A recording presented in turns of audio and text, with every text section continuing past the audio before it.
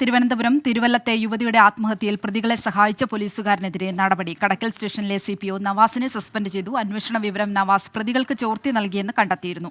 കേസിൽ പ്രതികളെ പിടികൂടാത്തതിനെതിരെ നിരാഹാര സമരം നടത്താനാണ് കുടുംബത്തിന്റെ നീക്കം. പോലീസ് വീഴ്ച ചൂണ്ടിക്കാട്ടി മുഖ്യമന്ത്രിക്ക് മരിച്ച ഷക്കീറയുടെ കുടുംബം പരാതി നൽകും.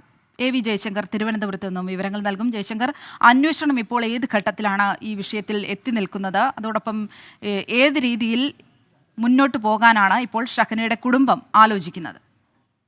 ശ്രീലക്ഷ്മി, ഈ വിഷയവുമായി ബന്ധപ്പെട്ട് പോലീസ് പ്രതികൾക്കായുള്ള അന്വേഷണം നടത്തിക്കൊണ്ടിരിക്കുകയാണ്. കഴിഞ്ഞ കുറച്ച് ദിവസങ്ങളായി സംസ്ഥാനത്തിന് പുറത്ത് ഉൾപ്പെടെ ഇതുമായി ബന്ധപ്പെട്ട വിപുലമായ അന്വേഷണം നടത്തുന്നുണ്ട്. പക്ഷേ പ്രതികളിലേക്ക് എത്തിച്ചേരാൻ പോലീസിന് ഇതുവരെ ആയിട്ടില്ല. പ്രതികൾ മൊബൈൽ ഫോണും മറ്റും ഉപയോഗിക്കാത്തതാണ് പോലീസ് നേരിടുന്ന ഏറ്റവും വലിയ വെല്ലുവിളി. പോലീസിന് പ്രതികളിലേക്ക് എത്താൻ കഴിയാത്തതിനുള്ള കാരണം ഇതാണ്. പക്ഷേ പോലീസ് കൃത്യമായ രീതിയിൽ പ്രതികൾക്കായുള്ള അന്വേഷണം നടത്തുന്നതെന്നാണ് നമുക്ക് വ്യക്തമാകുന്നത്. എന്തായാലും കുടുംബം നിലവിൽ പോലീസ് നടപടിയിൽ അസ്വസ്ഥരാണ്. ഇവർ പോലീസിനെതിരെ മുഖ്യമന്ത്രിക്കും മറ്റും പരാതി കൊടുക്കാനൊരു ആലോചന നടത്തുന്നുണ്ട്. ഒപ്പം ഒരു നിരാഹാര സമരം നടത്താനും കുടുംബം ആലോചിക്കുന്നു. ഈ വിഷയങ്ങളിലെല്ലാം നാളെയോടെ തീരുമാനമെടുക്കാനാണ് കുടുംബത്തിന്റെ.